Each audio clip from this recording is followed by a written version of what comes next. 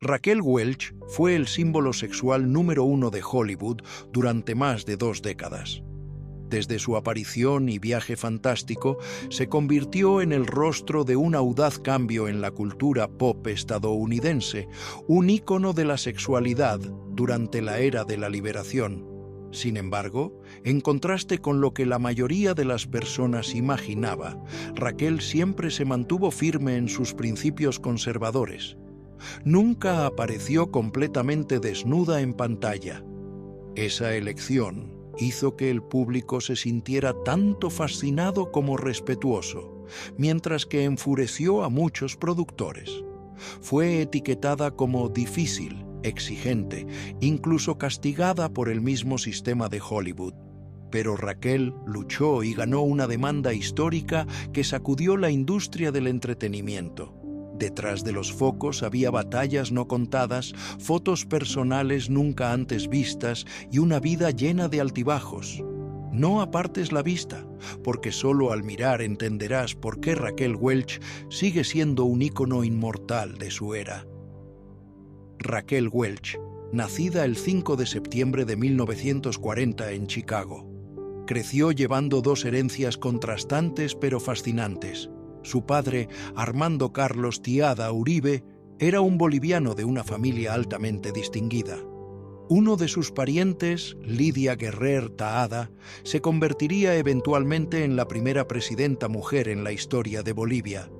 Mientras tanto, su madre, Josephine Sarah Hall, era una estadounidense de ascendencia inglesa, descendiente de los pasajeros del Mayflower que llegaron al Nuevo Mundo en el siglo XVII.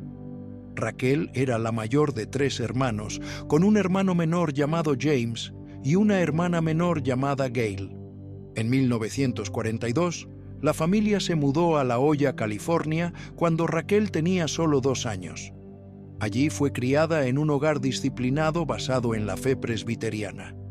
Cada domingo asistía puntualmente a los servicios en la iglesia presbiteriana de Pacific Beach con su familia. Como muchos artistas en formación, Raquel comenzó a tomar lecciones de ballet a la edad de 7 años, soñando apasionadamente con convertirse en una bailarina profesional. Con el tiempo, su belleza impactante comenzó a revelarse. En su adolescencia, su temprana madurez física y su aura de confianza la hicieron imposible de ignorar. Los concursos de belleza locales rápidamente añadieron su nombre a sus listas de ganadoras: Miss Fotogénica, Miss Contour, la más bella de las bellas, Miss La Jolla y más tarde el título estatal de California. Desde afuera, parecía que estaba viviendo el dulce sueño de ser adorada, pero la verdad era mucho menos glamorosa. Ella una vez comentó amargamente: «La gente no me estaba elogiando por mi belleza todos los días. Mi madre o amigos no decían tales cosas. Eso habría sido embarazoso. Entré en concursos de belleza por diversión. Gané porque sabía cómo caminar en tacones altos, no porque fuera la más hermosa.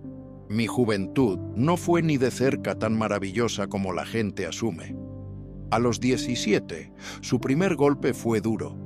Después de una década de intenso entrenamiento, su instructora de ballet le dijo que su cuerpo no era adecuado para la danza profesional.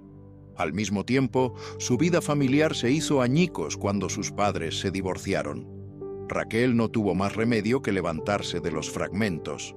Negándose a rendirse, en 1958 se casó con su amor de la secundaria, James Welch, adoptando el apellido Welch, el mismo nombre que el mundo nunca olvidaría.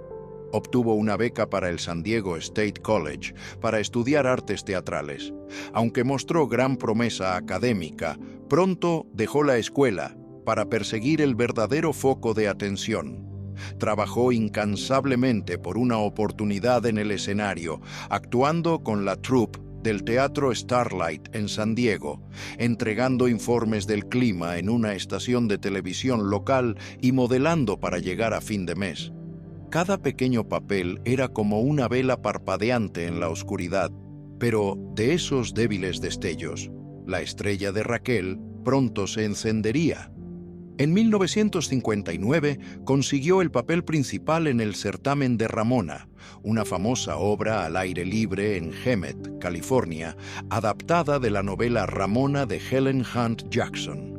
El público vio en ella una belleza fresca y el encanto de una prometedora recién llegada a Hollywood. Sin embargo, nadie podría haber predicho que solo unos años después, el brillante glamour sería reemplazado por años duros e implacables bajo los focos. Raquel se casó joven con James Welch, el hombre que creía que la ayudaría a construir una familia cálida y apoyar sus sueños artísticos. Tuvieron 2 hijos, Damon, nacido en 1959, y su pequeña hija, Toni, en 1961. Pero el matrimonio no fue una llave mágica que hiciera más fácil el sueño de Hollywood. En cambio, rápidamente se convirtió en una cuerda que apretaba sus oportunidades. Raquel se encontró en la posición imposible de ser madre de 2 a una edad tan joven mientras recibía poco apoyo del mismo hombre con quien compartía un hogar. En solo unos pocos años, todo colapsó. Para 1962 estaban oficialmente separados y eventualmente se separaron en silencio. Fue un período que Raquel rara vez le gustaba recordar, no por vergüenza, sino porque las heridas emocionales eran lo suficientemente profundas como para hacerla cerrar ese capítulo. Una madre soltera en sus 20s, sin una carrera estable, sin una base financiera y sin nadie que la tranquilizara de que perseguir la actuación valía la pena el esfuerzo. Después del divorcio de sus padres, cada uno intentó reconstruir sus propias vidas y poco más podían ofrecerle que consejos prácticos para que abandonara el sueño imposible. Decidida a sobrevivir, dejó California y el tenue resplandor del escenario atrás, mudándose a Dallas. Durante el día, trabajaba como modelo para Neiman Marcus. Por la noche, servía cócteles en bares. Su sonrisa no era más que una máscara que ocultaba preocupaciones constantes. Su madre una vez le entregó una copia de The Carpetbaggers, una novela que expone las brutales y feas verdades detrás de la fachada glamorosa de Hollywood, con la esperanza de que alejara a Raquel de la industria del cine para siempre. Pero Raquel nunca fue del tipo que se rindiera ante las advertencias. Cuanto más aprendía sobre la crueldad de Hollywood, más ferozmente quería demostrar que podía sobrevivir y conquistarla. El destino aún tenía planes para ella. En lugar de mudarse a Nueva York, Raquel regresó a Los Ángeles en 1963. Su belleza impactante la ayudó a conseguir apariciones en televisión como una de las Billboard Girls en el Hollywood Palace y pequeños papeles como invitada en los programas de Red Skelton y Danny Kaye. Eran pasos modestos, pero señales innegables de que el tren de su sueño aún la estaba esperando para que subiera a bordo. Fue durante este periodo que Raquel conoció a Patrick Curtis, un ex niño actor de 28 años que había aparecido en Lo que el viento se llevó y ahora trabajaba como gerente de talentos. En una entrevista de 1967 con la revista Look, Curtis recordó: "En Hollywood, las chicas generalmente se parecían más a Sandra Dee que a Sophia Loren. Me sorprendió que alguien tan hermosa hubiera sido estudiante becada en San Diego State y hubiera obtenido incluso calificaciones perfectas. Decidimos unirnos y hacerla una estrella. Renuncié a mi trabajo y formamos una empresa. Comenzamos Kurtwell como alguien abriría una gasolinera, un emprendimiento comercial legítimo. La clave del éxito siempre es el trabajo duro". Curtis insistió en que Raquel tomara 3 lecciones de baile y 2 clases de canto cada semana. Se centró en moldear su imagen como el sueño de un fotógrafo, con el objetivo de posicionarla como un verdadero símbolo sexual capaz de captar la atención de Hollywood. También le aconsejó que mantuviera el apellido Welch para que no la encasillaran como actriz latina. Bajo la dirección de Curtis, Raquel mostró su físico en varios escenarios: canchas de tenis, piscinas, playas para aumentar su visibilidad y establecer su emergente persona. También estableció reglas estrictas para Curtis para asegurar que su imagen permaneciera impecable. Raquel explicó: "Tengo que conocer la situación, la atmósfera, el propósito del evento, qué debo llevar, cómo debe lucir mi cabello, qué necesito estar preparada para decir. Necesito todo lo necesario para hacer la impresión más fuerte con mi sola presencia". Este enfoque perfeccionista hacia su imagen pública se convertiría en un tema recurrente a lo largo de su carrera y a menudo en una fuente de gran conflicto tras bambalinas. La transformación de reina de belleza a símbolo sexual estaba dando sus frutos. En 1964, Raquel consiguió su primer papel en la gran pantalla en la película musical de Elvis Presley, Rouseabout. La película atrajo al público principalmente por Presley y la veterana estrella Barbara Stanwyck, mientras que Raquel apareció solo en un papel menor. Más tarde ese año, obtuvo otro papel secundario en A House is Not a Home, producida por Joseph E. Lavine y basada en la sensacional autobiografía de la famosa Madame Polly Adler. Aunque la película se estrenó 3 meses después de Rouseabout, Raquel había completado en realidad sus escenas antes. Interpretó a una de las chicas de Paulie en una historia cruda ambientada en el inframundo criminal de Nueva York. También apareció en la película Eddie Williams, quien más tarde aparecería en Beyond the Valley of the Dolls. El nombre de Raquel comenzó a brillar en el ojo público cuando la revista Lee Fella presentó el 2 de octubre de 1964 en una serie de fotos destacando las caras más prometedoras de Hollywood. Una imagen impactante mostraba a Raquel de pie junto a Mia Farrow. Una audaz declaración de que la sequía de mujeres glamorosas en Hollywood había terminado. Ese titular no solo captó la atención del público, sino que también elevó las expectativas entre los insiders de la industria. Justo un mes después, el 21 de noviembre de 1964, Raquel caminó por la alfombra roja en el 12º Deb Star Ball anual en el Hollywood Palladium. El evento fue transmitido en vivo por televisión y anunció 10 estrellas del mañana, y el nombre de Raquel estaba entre ellas. Fue una noche definitoria, ya que muchas figuras poderosas de Hollywood la vieron en persona por primera vez. Durante este periodo, continuó haciendo numerosas apariciones como invitada en televisión, incluyendo Bewitched, Male's Navy y The Virginia. También trabajó como chica de cartel en el Hollywood Palace. Notablemente, Raquel audicionó para el papel de Marianne Summers en Gilligan's Island, aunque el papel finalmente fue para otra persona. Fue decepcionante, pero una cosa estaba clara: las puertas de Hollywood se estaban abriendo lenta pero seguramente para ella.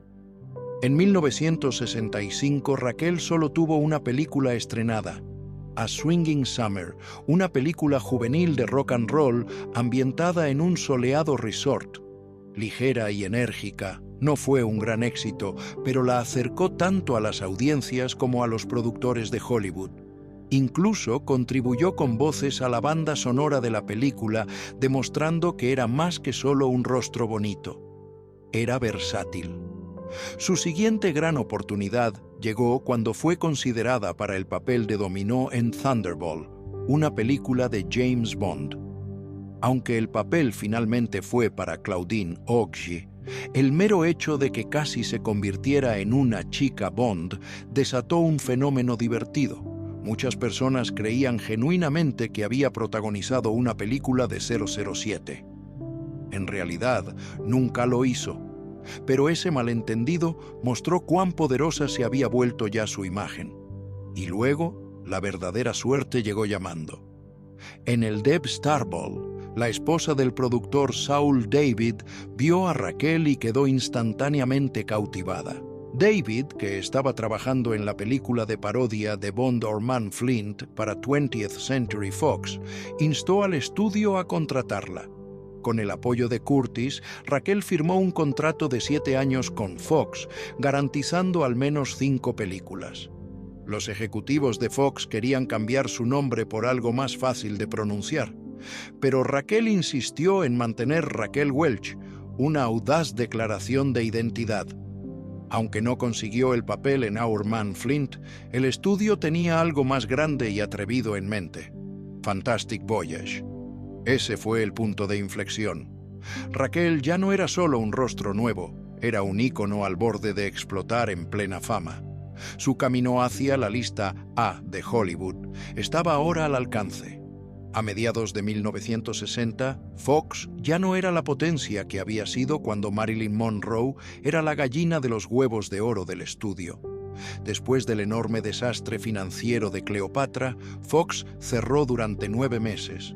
Cuando finalmente reabrió en abril de 1963, el lote se había reducido drásticamente de 282 acres a solo 76, con solo 21 escenarios de sonido aún en operación. En el centro de este esfuerzo de reconstrucción estaba Richard D. Shannick. Él había comenzado en los departamentos de historia y publicidad, ascendiendo rápidamente en las filas hasta convertirse en la fuerza guía del estudio en la estrategia de producción para 1962. Para 1967 era vicepresidente ejecutivo a cargo de la producción.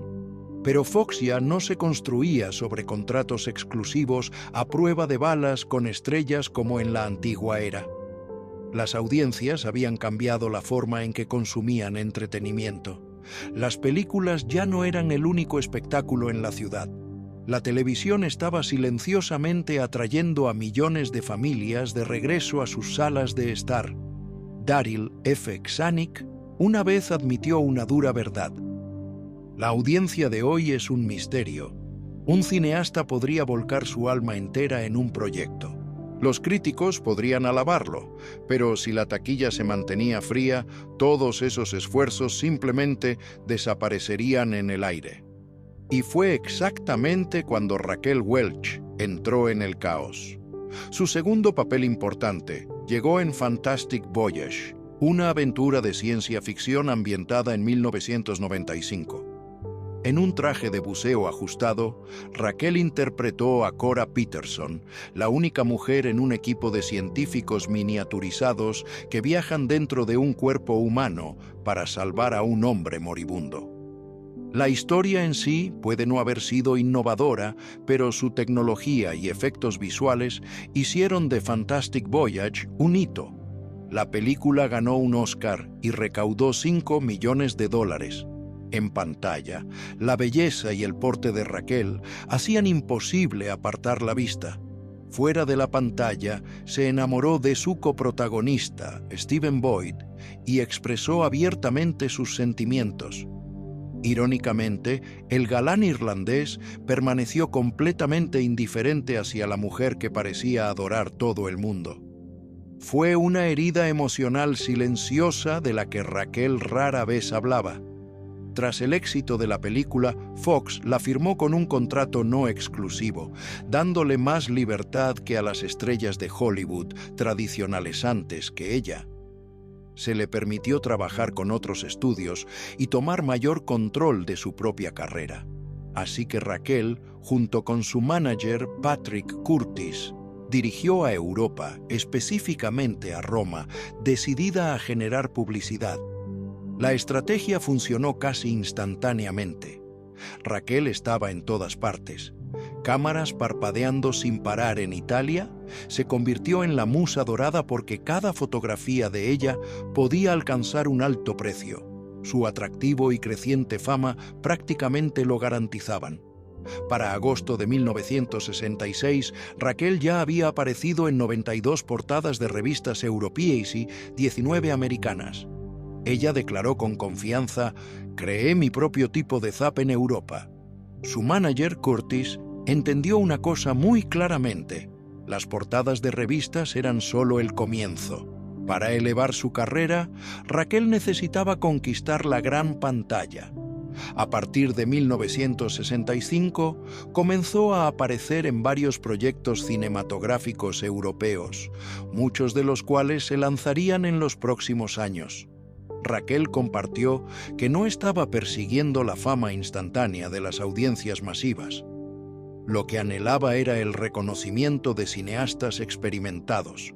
Su mayor punto de inflexión llegó cuando Fox la prestó a Hammer Studios en Inglaterra para protagonizar One Million Years, BC 966, un remake del clásico de 1940. El bikini de piel que usó rápidamente se convirtió en una sensación incluso antes de que la película llegara a los cines.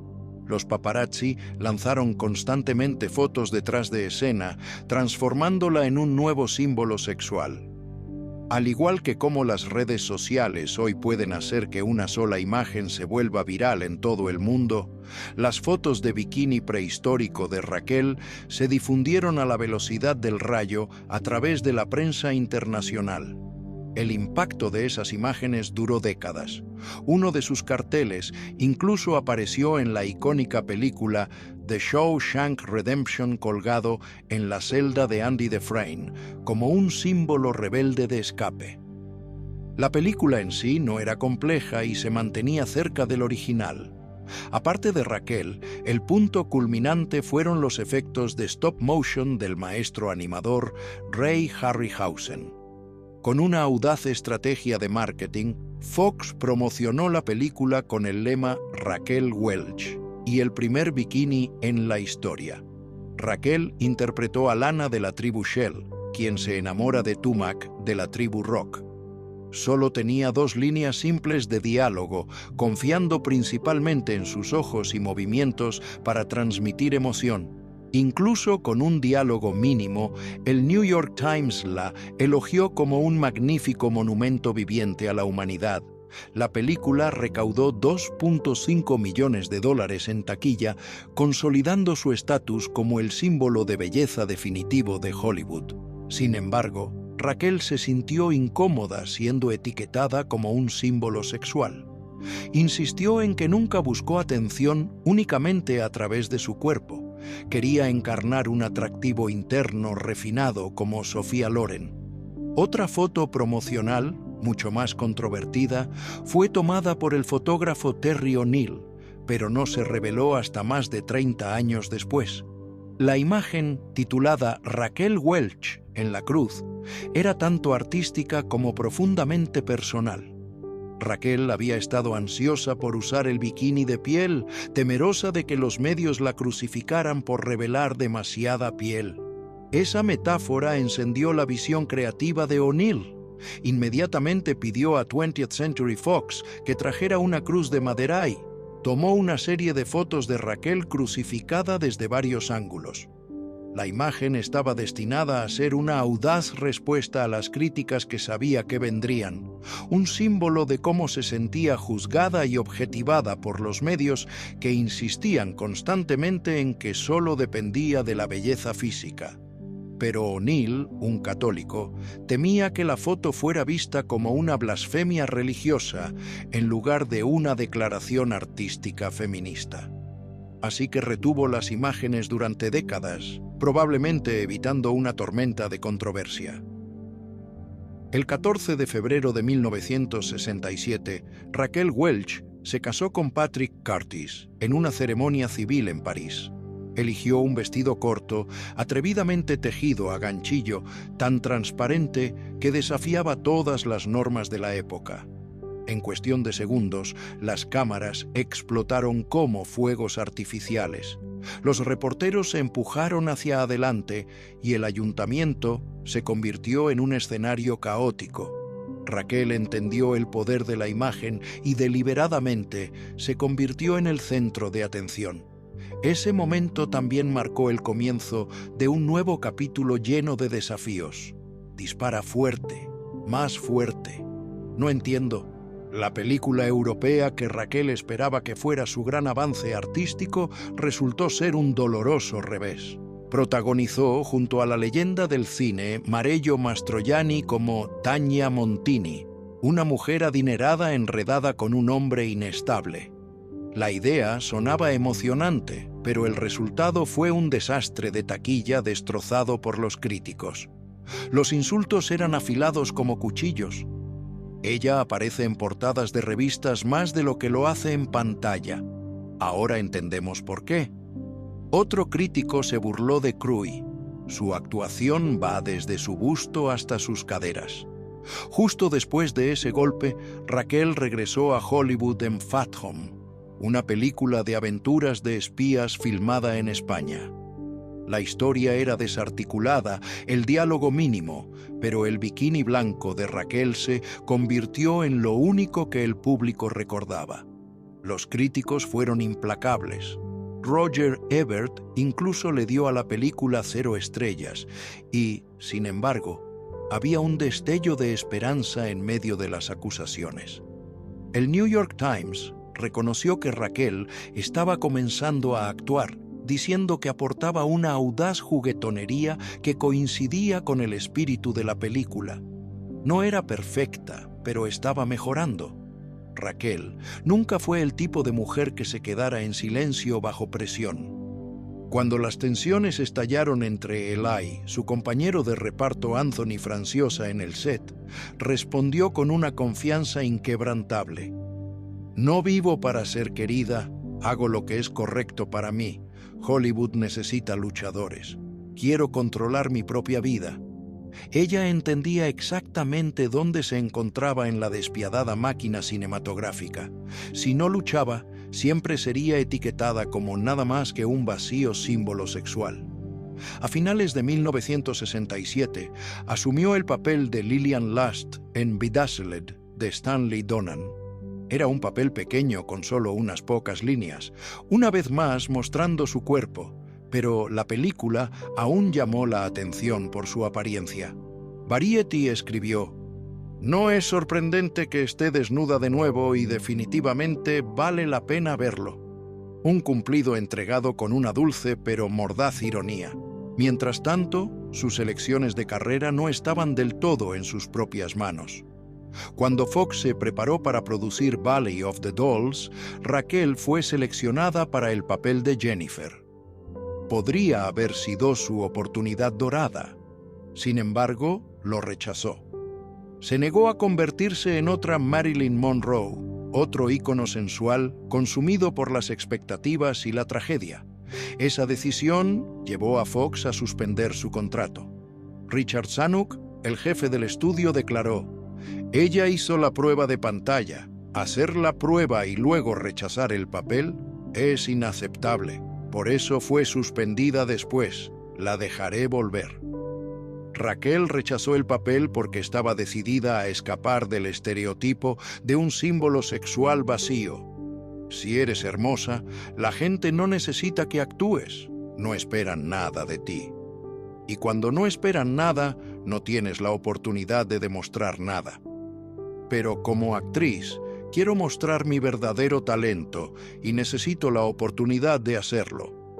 Cuando se le preguntó sobre ser constantemente comparada con Marilyn Monroe, quien había expresado el mismo miedo años antes, Raquel respondió: «No quiero ser como ella. No tengo celos de su vida». Marilyn era miserable y terminó quitándose la vida porque sentía que no era lo suficientemente buena, que nadie la amaba, más allá de su belleza física. Eso es muy peligroso para las mujeres porque no puedes permanecer joven y hermosa para siempre. El primer lanzamiento cinematográfico de Raquel en 1968 fue el más grande de todos, filmado durante su tiempo en Italia en 1966. Fue una coproducción internacional que contó con veteranos respetados como Vittorio De Sica, Edward G. Robinson, Robert Wagner y Godfrey Cambridge. Raquel interpretó a Juliana, la audaz y irresistiblemente atractiva novia del personaje de Wagner, el tipo de papel diseñado para enganchar al público con solo una mirada. Aunque la película tenía un ambiente de comedia criminal juguetona, no cumplió con las expectativas críticas. Lo que el equipo recordaba más sobre Raquel sucedió fuera de cámara. Para entonces, ella ya había comenzado a desarrollar una reputación por ser difícil. Robinson, conocido por su estricto profesionalismo, no dudó en llamarla la atención cuando ella frecuentemente llegaba tarde y interrumpía el horario de rodaje. El director eventualmente le advirtió que las tomas de primer plano podrían ser cortadas si no mejoraba su comportamiento, una amenaza que hizo que Raquel se enderezara rápidamente. Robinson luego habló sin rodeos. Raquel tenía una figura asombrosa y una poderosa máquina de relaciones públicas detrás de ella. Pero la belleza por sí sola es un billete de ida. No puede llevarte a todas partes sin verdadero talento. En julio del mismo año, Raquel se recuperó con fuerza con Bandolo. Dirigida por Andrew B. McLaughlin, el western se convirtió en un éxito de taquilla, ganando $5.5 millones. Su personaje mezclaba una ligera sátira con un encanto innegable. Un crítico de Nueva York escribió sobre su actuación: Raquel Welch, curvas perfectas y presencia irresistible. Ella acaba de admitir que su padre la vendió por 5 vacas y una pistola. Curiosamente, es la mejor ganga de toda la película. Tanto sarcástica como halagadora, la observación destacó exactamente cuán magnética era ella en pantalla. Solo unos meses después, apareció en La profesión más antigua, una película dividida en 6 segmentos que exploran la prostitución a lo largo de la historia. En el capítulo de los años gay, interpretó a una astuta cortesana que descubre que su cliente es un banquero adinerado y se propone hacer que se enamore de ella. El proyecto le pagó a Raquel $100,000 por solo 2 semanas de filmación en Berlín, pero un mal doblaje y la calidad de imagen limitaron su éxito con el público. Hacia finales del año, Raquel protagonizó junto al legendario Frank Sinatra en Lady in Cement, la secuela de Tony Rome.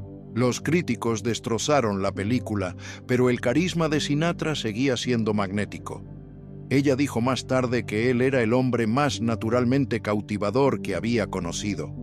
Para este punto, Raquel se había probado a sí misma como una potencia en taquilla y estaba siendo celebrada como la nueva superestrella de Hollywood.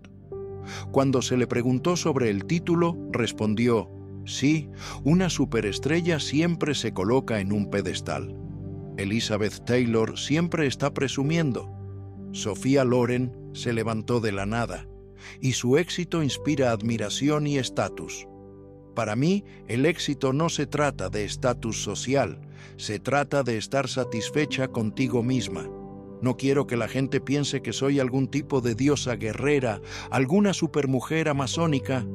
A principios de 1969, Raquel Welch una vez más entró en el viejo oeste, protagonizando 100 rifles, una producción de Fox filmada en el abrasador sol de los pueblos rurales españoles. Estrenada en abril, la película instantáneamente desató una ola de controversia como nada que Raquel hubiera enfrentado antes. Su coestrella esta vez fue Jim Brown, una superestrella negra cuya trayectoria en Hollywood reflejaba la de Raquel en varios aspectos. Ambos habían firmado con Fox en 1964 y ambos se habían convertido rápidamente en íconos físicos en pantalla. A Hollywood le encantaba exhibir sus cuerpos más que explorar sus verdaderas capacidades actorales. Como resultado, los medios se aferraron a su apariencia y vidas personales, exprimiendo el espectáculo para llamar la atención. 100 rifles se convirtió en una víctima de esa misma mentalidad. En lugar de resaltar la historia o las actuaciones, el foco fue tomado por rumores y drama detrás de cámaras entre Raquel y Brown. En una escena ahora famosa, Raquel tuvo que escalar una torre de agua y usar su figura seductora para distraer a un grupo de soldados. El director Tom Gray la presionó repetidamente para que realizara la escena completamente desnuda, con la esperanza de convertirla en un cebo de marketing. Raquel mantuvo su posición. No aparecería desnuda en cámara, sin importar cuánta presión se ejerciera, y aunque el chisme sobre un romance entre Raquel y Brown pudo haber sido exagerado para publicidad, otra relación en el set era muy real. Raquel comenzó a salir con el actor español Soncho Gracia, quien solo tenía un papel menor en la película. Cuando su esposo Patrick Curtis se enteró, supuestamente persiguió a Gracia por su hotel en Almaria con un arma, desatando un escándalo total. La segunda película de Raquel en 1969 fue Flare Up, estrenada en noviembre como parte de un doble programa. Interpretó a Michelle, una bailarina go-go perseguida por un asesino psicópata desde Las Vegas hasta Los Ángeles. El papel de estilo thriller le valió más de $300,000, un gran cheque para la época. Lo que llamó la atención de muchos esta vez fue que Raquel ya no estaba siendo explotada puramente por su atractivo físico, excepto por una breve secuencia en un club nocturno al principio. Fox estaba claramente experimentando, ansioso por demostrar que podía mantenerse por sí sola sin depender únicamente del atractivo sexual. De esa mentalidad surgió una decisión audaz. Fox compró los derechos de la controvertida novela de Gore Vidal, Myra Breckinridge, para una adaptación cinematográfica. La historia se centraba en un personaje transgénero, altamente provocador y socialmente explosivo en una industria que a principios de la década de 1970 aún carecía de sensibilidad básica hacia los problemas de género. El proyecto conllevaba un enorme riesgo y estaba destinado a chocar con actitudes conservadoras. Sin embargo, Fox creía que esa misma audacia podría provocar un avance. Inicialmente, se consideraron varias estrellas importantes, Anne Margaret Elizabeth Taylor, pero al final fue Raquel Welch quien consiguió el papel. Una elección destinada a garantizar la atención pública, mientras la empujaba más allá de la etiqueta de símbolo sexual más caliente de Hollywood. El productor Robert Fryer proclamó con confianza: si un hombre quiere convertirse en una mujer, querría convertirse en la mujer más hermosa del mundo. Se convertiría en Raquel Welch. Un comentario que sonaba halagador en la superficie, pero que llevaba una capa preocupante de desdén por la comunidad transgénero. Raquel aceptó el papel por $200,000 y le dijo a la prensa que estaba decidida a demostrar su verdadera capacidad actoral. Su imagen de bomba la había lanzado a la fama, pero también había encadenado sus oportunidades. Mirar a Raquel representaba una puerta a la libertad artística. Nadie sabía que esta misma puerta pronto se abriría en una pesadilla. La producción reunió una alineación de personalidades más grandes que la vida. Fox incluso persuadió a Mae West para que regresara a la pantalla después de años de retiro, interpretando a una glamorosa manager de talentos. El público zumbaba de anticipación por un feroz enfrentamiento entre dos bellezas icónicas de dos generaciones diferentes. Pero desde los primeros días en el set, el caos comenzó a desatarse. El director Michael Sarn era diferente a cualquier director profesional que Hollywood hubiera visto, y no de una buena manera. Hacía esperar a todo el equipo hasta 7 horas simplemente porque necesitaba pensar. El presupuesto se descontroló, la producción se alargó interminablemente y las escenas innecesarias se acumularon sin un propósito claro. Su idea de insertar clips aleatorios de películas antiguas desencadenó más tarde una reacción en cadena de demandas. El actor Rex Reed, que apareció en la película, comentó amargamente: «Esta es la película donde las demandas vuelan por todas partes». Richard Zanuck en Fox estuvo a punto de volverse loco viendo cómo se desarrollaba el caos. Recordó que el productor Robert Fryer dejó la producción no una, sino 3 veces. Los egos en conflicto estallaban a diario. Cualquiera podría ser despedido en cualquier momento, incluido el propio Shanik.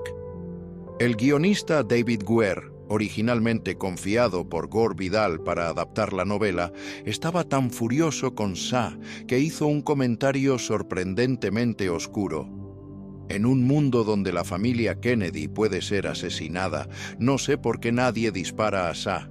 Mientras tanto, Raquel y Mae West se dirigían directamente a una guerra fría de proporciones divas. West había insertado una cláusula escandalosa en su contrato. Nadie más en la película podía usar trajes en blanco y negro, excepto ella.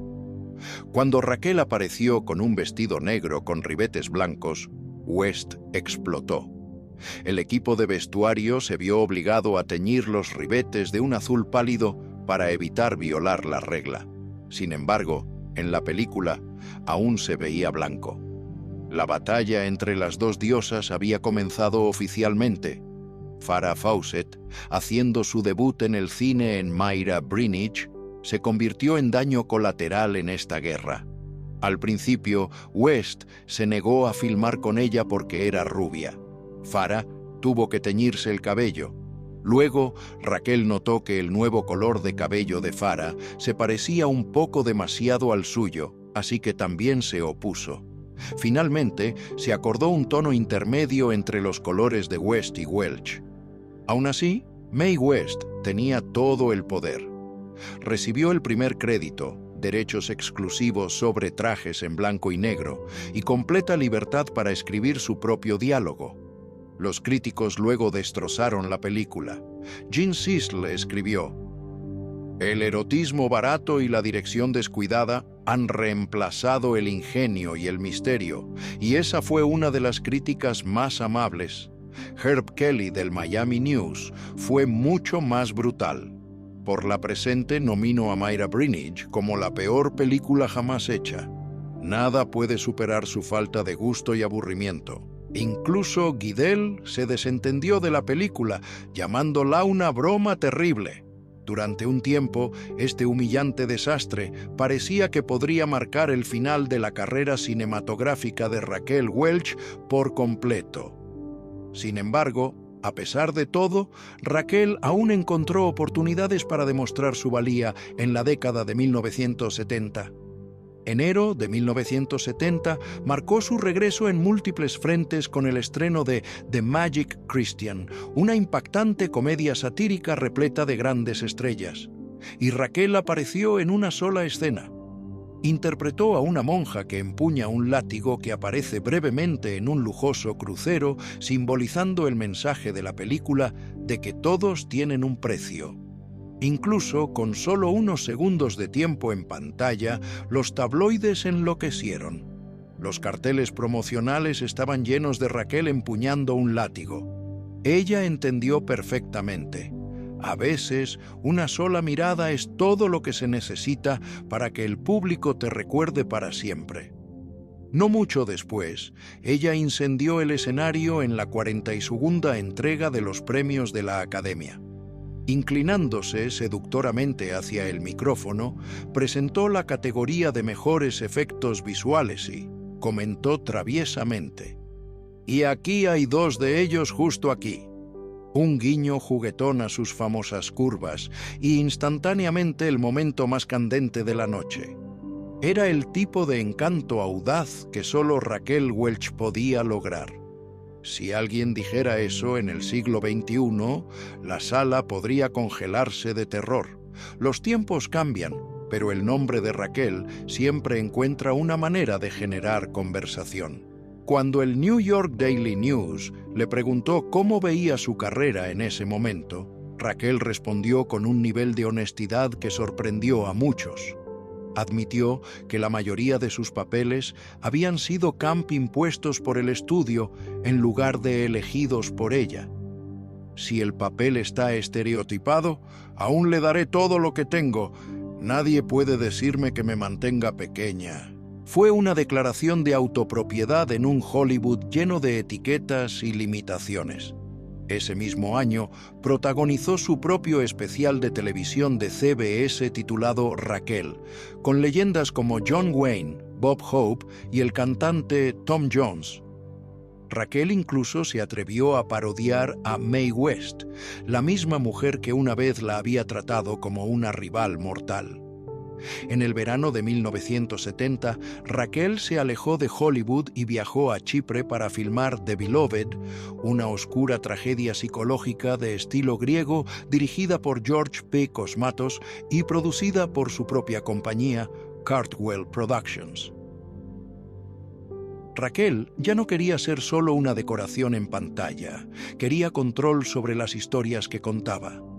A principios de 1971 regresó al género del western como protagonista en Honey Calder, filmada en España.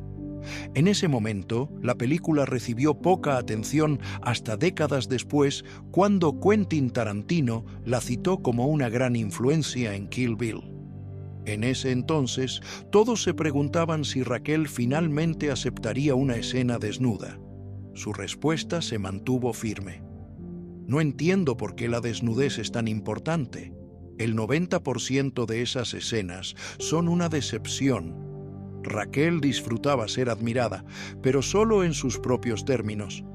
Lo que hago en pantalla no tiene nada que ver con mi vida privada. Vivo en silencio. No me gusta el ruido. Sus límites eran innegociables. En 1972, Kansas City Bomber eligió a Raquel como una dura atleta de roller derby que lucha por sobrevivir tanto en la pista como madre soltera. La revista Life la llamó una llama ardiente sobre patines. Durante el rodaje se rompió la muñeca, pero siguió trabajando. Mientras se recuperaba, voló a Budapest para rodar Bluebeard con Richard Burton. No mucho después, hizo una entrada impactante en la fiesta de cumpleaños de Elizabeth Taylor, a pesar de no estar invitada. Era la misma actitud valiente que la había impulsado a Hollywood años atrás. Audaz, impresionante, sin disculpas. Ese diciembre, Raquel hizo su debut en un club nocturno en el Las Vegas Hilton, actuando ante Elvis Presley mismo. Incluso en una sala llena de íconos, dominó el escenario como nadie más. En 1972, también marcó el final de su matrimonio con Patrick Curtis. Rumores de infidelidad circularon. Curtis una vez afirmó que Raquel había interrumpido un embarazo mientras estaban casados, algo que ella nunca confirmó. Si es cierto, contradice la postura política conservadora que adoptó más tarde en la vida. Las personas, por supuesto, son siempre más complicadas que los lemas que eligen. En 2014, Raquel explicó que sus valores tradicionales provenían de su madre del Medio Oeste. Ella había apoyado firmemente la guerra de Vietnam y incluso actuó para las tropas junto a Bob Hope. Raquel podía ser seductora y rebelde. Sin embargo, sus creencias estaban firmemente arraigadas en su propia visión del mundo. Después del divorcio, siguió siendo un imán para los tabloides a través de romances con el estrella de fútbol Joe Namath, el productor Robert Evans y el comediante Freddie Prinze. No importaba a quién amara, no importaba cuán de cerca el mundo mirara. Siempre se comportaba con la audaz confianza de alguien que entendía su propio valor. A finales de la década de 1970, Raquel Welch comenzó a salir con Andre Weinfeld, un productor y periodista francoamericano cuyos looks nunca fueron considerados estándar de la industria en un negocio obsesionado con la perfección física. La prensa francesa los apodó Belleza y la Bestia. Puede que sonara como una broma inofensiva para algunos, pero para Raquel fue una herida profunda. Se había acostumbrado demasiado a ser vista como una estatua andante, mientras que el hombre a su lado era desestimado como alguien que se beneficiaba de la fama de su esposa. Sin embargo, André se convirtió en su ancla emocional más fuerte. El 5 de julio de 1980, eligieron Cabo San Lucas, México, como el lugar para intercambiar votos. No fue una lujosa boda de Hollywood, sino un raro momento privado entre dos personas que intentaban dejar atrás todos los susurros y burlas. Raquel realmente creía que finalmente había tocado la paz. Pero esa paz era frágil. A principios de 1983, durante lo que se suponía que sería una escapada para reavivar la chispa en Martinica, Raquel sufrió un aborto espontáneo a solo 3 meses de embarazo. El dolor físico era una cosa, pero la destrucción de su sueño de volver a ser madre la dejó vacía. Andre se quedó a su lado, apoyándola con una devoción silenciosa, pero la vida no había terminado de ponerla a prueba. En ese momento, la carrera de Raquel fue arrastrada a otra tormenta. La película de MGM, Canary Row, se suponía que sería su regreso triunfal a la gran pantalla. En cambio, marcó el comienzo de una batalla que duraría años.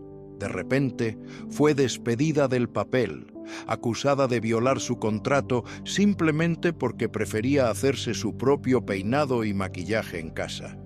La joven y ascendente Deborah Winger la reemplazó instantáneamente y Raquel fue etiquetada como difícil y una diva en decadencia, aferrándose a un tratamiento de estrella anticuado. Muchos habrían aceptado esa bofetada y se habrían alejado en silencio. No, Raquel se negó a dejar que su reputación fuera enterrada bajo mentiras. Con el abogado Edward Masry, presentó una demanda contra MGM buscando 24 millones. El estudio contraatacó sin piedad, difamando su carácter en la prensa. Los titulares se burlaban de ella como el último intento desesperado de una ex reina de belleza. Pero esta vez, el jurado no se alineó con el poder. Vieron a una mujer agraviada. Raquel ganó y se le otorgaron 10 millones. Cuando levantó ambos puños hacia el cielo en la sala del tribunal, no era solo la alegría de una vencedora. Era la voz de innumerables actrices que habían sido menospreciadas y desestimadas durante generaciones. Sin embargo, esa victoria tuvo un precio. Más tarde admitió: mantuve mi dignidad, pero intercambié mi futuro en Hollywood. Desde ese momento, los papeles principales en grandes películas dejaron de llegarle. La ironía era que Canary Row resultó ser un completo fracaso, ganando poco más de 5 millones en el país. MGM perdió dinero, pero Raquel perdió su confianza en la industria que había ayudado a hacer glamorosa. Sin querer rendirse, se trasladó a la televisión y al escenario. En 1982, protagonizó la película de televisión western The Legend of Walks Far Woman, interpretando a una mujer nativa americana en el Montana del siglo XIX. Ese mismo año, fue considerada para el icónico papel de Alexis Carrington en Dynasty junto a Elizabeth Taylor y Sophia Loren, pero Joan Collins finalmente ganó el papel. Raquel también subió al escenario de Broadway en 1982, reemplazando a Lauren Bacall en Woman of the Year durante 2 semanas mientras Bacall estaba de vacaciones. Tomar el relevo de Bacall fue intimidante, pero los críticos elogiaron la actuación de Raquel. Al año siguiente, fue invitada de nuevo con un nuevo contrato de 6 meses. En 1987, Raquel interpretó el papel principal en la película de televisión Right to Die, retratando a una profesora universitaria y madre con ELA que decide terminar su vida con dignidad. El papel le valió una nominación al Globo de Oro como Mejor Actriz. Para 1992, su matrimonio con Andre Weinfeld había terminado. Raquel entró en romances más tranquilos, aparentemente tratando de proteger un corazón que había soportado demasiada agitación, pero el amor nunca fue gentil con ella. En 1996 salió con el ex campeón de boxeo Gary Stretch, un hombre más joven que sus 2 hijos. Ese mismo año conoció a Richard Palmer, propietario de la cadena de restaurantes Mulberry Street. Se casaron 3 años después. Sin embargo, la relación se sentía como una apuesta, careciendo de confianza. Palmer fue acusado de usar su nombre para acceder a círculos sociales VIP. Se separaron en 2003. Profesionalmente, Raquel siguió reinventándose.